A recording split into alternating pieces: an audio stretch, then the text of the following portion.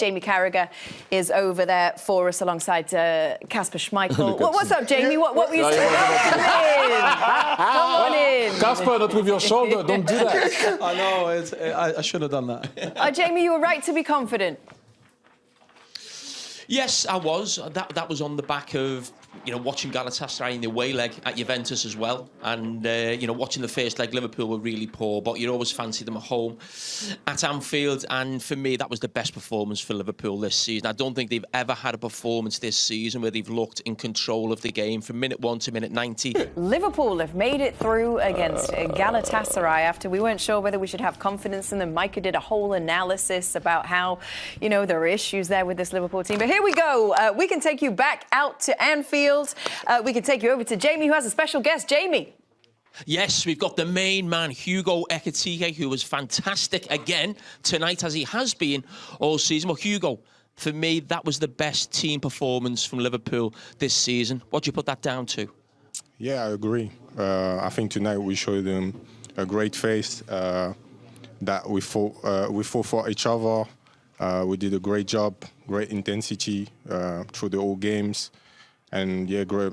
I think we could score a lot of goals tonight. It could be 10-0, but at the end of the day, we did a great job, so that's nice.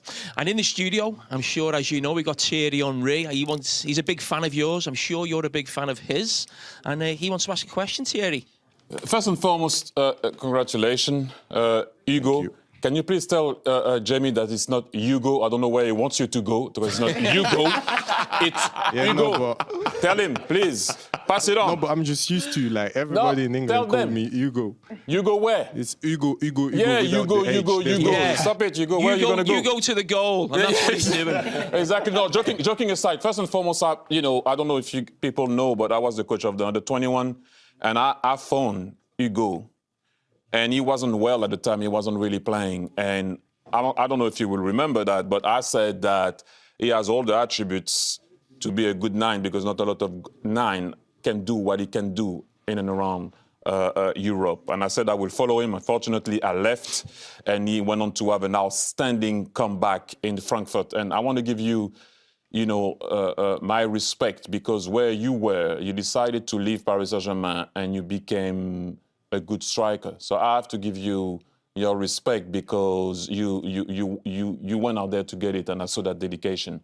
Apart from that, I just wanted to talk to you about how you arrived on the scene at Liverpool, and did you expect, or did you think you were going to be that good that early? If I have to be honest with you, yeah, because I have a lot of big expectation for myself. Obviously, I had experiences already in Paris when I was coming with already the best player in the world, maybe the best player in history. So it was difficult, but I know that time was different. I knew that I had to settle well, to have a great adaptation to the team, met good links with them. But I'm someone that trusts myself a lot. I have a lot of self-confidence, so yeah, I don't really I didn't really think that much. I just want to play football, make things happen, and yeah, I know I could do way better, but it's good to be here, and I'm gonna do better in time. It's just process. So I have another one, obviously. I know you're Muslim, right? Yeah. So where are you gonna celebrate Eid? Eid. I think it's gonna be on the plane on the way to Brighton. Any celebration for that on the field if you score? Maybe with Ibu, we're gonna provide something. I'm gonna see with him.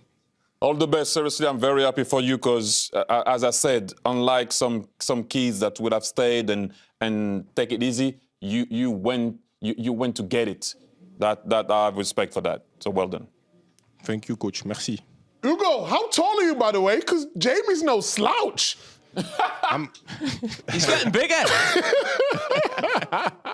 Oh, we're pretty much the same size. I think I'm 6'1", just like you. Big Meeks. Yeah.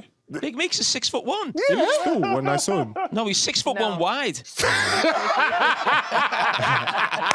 Not anymore. Not anymore. Not anymore, Jamie. Hey, it's Slim Meeks now. You know that. Hugo, I want to ask you a question. Thierry Henry is obviously in the studio, and I've only been watching you, predominantly this season. But watching you, you're more than a goal That scorer. sums it up really well, actually, those stats. Liverpool just completely outplayed the Turkish side. 4-0, of course, 4-1 over the two legs. Liverpool to face PSG in the next round. This was easy, wasn't it, Robbo? It certainly was, but we were talking a little bit earlier about a centre-forward that hardly touches the ball in the Premier League. Today, I thought Ekitike's performance was magnificent. Right from the start of the game, he looked 2 yards quicker than the defenders. He made, when Wirtz went in field, he made runs down the outside. He was the catalyst for a lot of good work they did. And as the game wore on, the other players joined him. Wirtz played a lot better as the game wore on. Salah was poor in the first half, but excellent in the second half. Szoboszlai once again was dominant in midfield. The intensity in which they played, the way they got the ball forward, the way they won the ball back, that was Liverpool of last season when they were playing at their very best. Can they keep it up? Well, they need to, because they've got a big end to the season. But today was a very, very good performance against a very poor Galatasaray. Well, I think that last comment, Robbo, kind of summed it up. You don't want to rain on Liverpool's parade today, but we know they've not been a good side this year. We know those performances have been... Yeah, but the Liverpool fans will say, oh, come on, we up our game.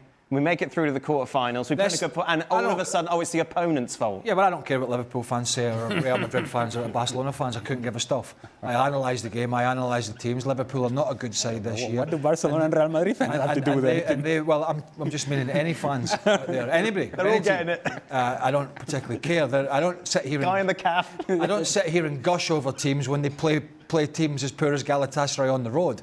So when you look at the bigger picture, and it's a bit like Real Madrid and Manchester City, although City were not good, but certainly more of a threat than Galatasaray. When you look at Real Madrid's two performances, is all of a sudden Real Madrid this great side? No, they are not. But they found a side in Man City that were weak and they were impotent. And what Liverpool found was a Galatasaray side that, even for Liverpool, they were out of depth. And so that was much better, the intensity was better, the belief was better, all those things. But would I have seen that performance from Liverpool today if they had been playing the team they're playing in the quarterfinals, PSG? I don't think so. And that would be the big concern going forward, that if they morph back into this Liverpool team of the Premier League, I don't think that's going to be anywhere near good enough over two legs, not even close to dismantling this. What if I told you one single night at Anfield just changed the entire conversation around Liverpool? Ha! Yeah, Reds, because just a few days ago, people were frustrated, questioning the team, questioning the intensity, questioning whether Arne Slot's side still had that real European edge. And then Liverpool walked out under the lights, looked Galatasaray in the eye, and absolutely blew them away. 4-0. Not 1-0, not a scrappy little win, not survival mode. 4-0. Ha ha! That is a statement. That is a response. That is Liverpool booking a place in the Champions League quarterfinals with a 4-1 aggregate victory. And now PSG are next. And do you know what made it even sweeter? It wasn't just the score. It was the way Liverpool played.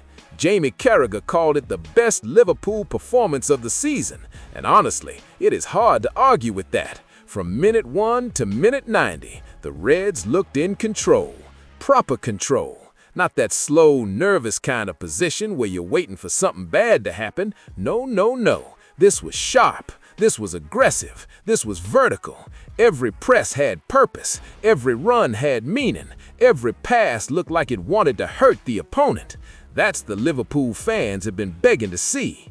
Dominic Szoboszlai set the tone with the opener, and what a massive point that is, because when he plays through the middle, Liverpool just looked different. More energy, more drive, more chaos for the opponent. Then Hugo Ekitike stepped up again, and wow, this guy is growing into something serious. Not just a goal scorer, not just a finisher, but a real modern forward. He can drop deep, drift wide, link play, carry the ball, and still punish you in the box. That's exactly why the post-match talk around him was so big. Even Henry was praising his journey and mentality. And when legends like that start talking about your striker with real respect, you know something special is happening. And then, Mohamed Salah. Ha! What can you even say anymore? The man misses a penalty and still ends the night making history.